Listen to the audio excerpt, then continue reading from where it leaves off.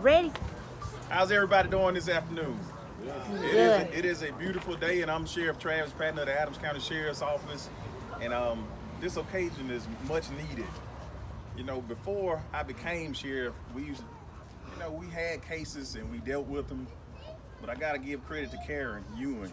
She has really pushed me and this agency to look at things from a whole different point of view. And I heard her speak on it lightly, but I'm gonna speak on it a little more. You always hear people hollering, oh, they love dogs more than they love animals and all this stuff.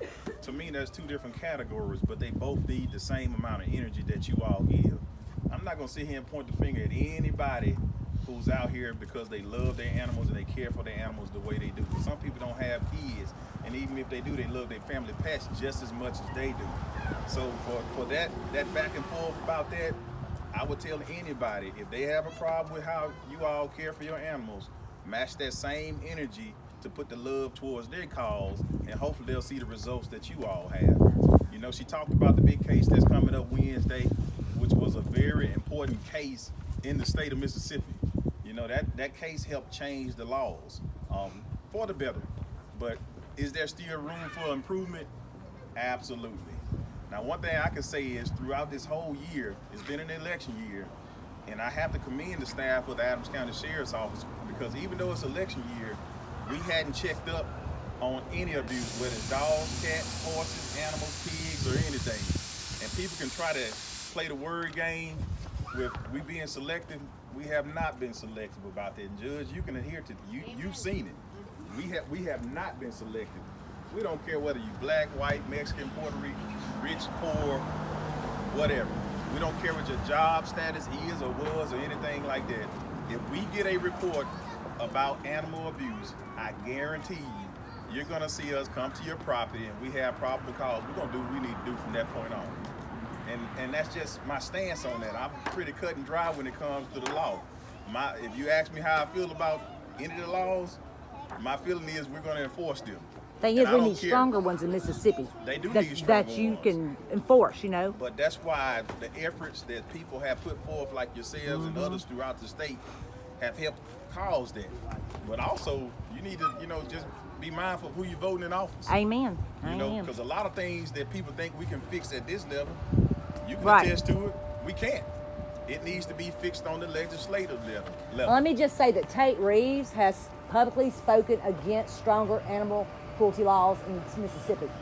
He thinks they're strong enough, and Farm Bureau is afraid that it will cross over into the livestock animals. But the livestock animals already have a first offense felony charge. Where first offense domesticated animals is a misdemeanor. Third offense is a felony, and that's wrong. That's wrong. But we investigate every cause because it's near and dear to our hearts, just like many of the other laws that are out there. But Karen also touched on this earlier about how it leads to other things. You know, we received a tip the other day about one of our repeat offenders with the animals, and you all know who it is. I'm not gonna call his name on social media because I don't want to get sued for slander. But we went to that house, and that individual ended up getting arrested for things other than the fact that they had dogs out there, in places that they shouldn't have been. It led to other things. It led to that person probably about to go to prison for the next 13 years. It is what it is. I'm telling you all, though. Can you cover over how we were talking about how prisoners started off torturing animals, blah, blah, blah? Say that again now? We were talking about the other day. You said that was true about the prisoners started out torturing animals? Oh, yeah. You go back and look at it. History will show that the majority of your serial killers that became serial killers, they tortured animals while they were young. And that's why it's so important for it to be a team effort when it comes to combating animal abuse. That's why I appreciate the school districts and everybody else who report when they see a student cutting the chicken's head off or something that's out of the norm. Something more than dissecting an animal for science purposes. Because that's a pattern of behavior that is forming.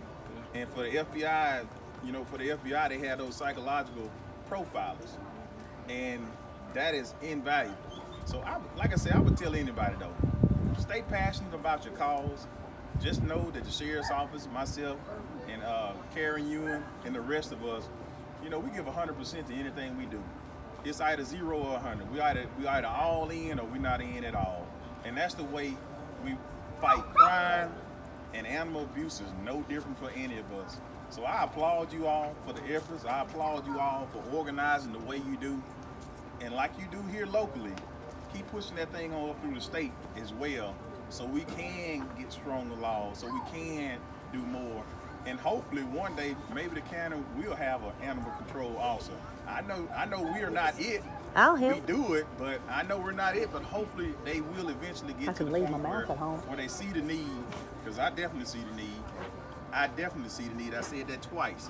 I see the need for one, because my deputies, you know, not all of them are as skilled as Karen.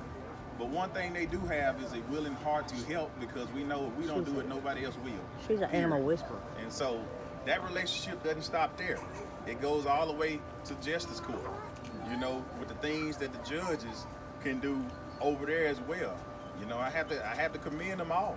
I've seen you do it, and I've seen you do it. I've seen y'all both camera people when it comes to animal cruelty cases.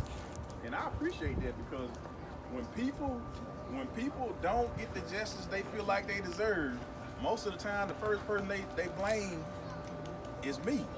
And I'm not crying or whining it, don't get me wrong now, but I'm just one piece of the puzzle. We gonna do our part. We just ask that the courts and the citizens do theirs as well and hold the people accountable. And Well, that's no slight on anybody. I can honestly say there has been more done since you have been in office than any other sheriff before you. You know, and I was just thinking of, me and Karen talked about that the other week too, and I keep relaying to her because she's my animal person. She has that passion, and we have to drive to help her out. But I was looking at the cases, and I think you're right. I believe we've done more animal cruelty cases in the past couple of years than I've ever seen come through the sheriff's office. And we have even more coming after this election is over. What we say, 1201? Yeah. 1201. 1201 on November the 6th. 1201 on November the 6th, so people can look out. You will be getting a visit from us. For sure. They're just waiting. They're They're ready. We're ready. We're ready to roll. We're going to keep it moving. But with that being Thank you, said, ma'am. I turn it over to the judges. Let them speak on their part as well. And just know that the animal community, the animal rights activists, y'all have a friend in me. Thank you all. Thank you. Thank you. Thank you. Okay, well. I'm sorry.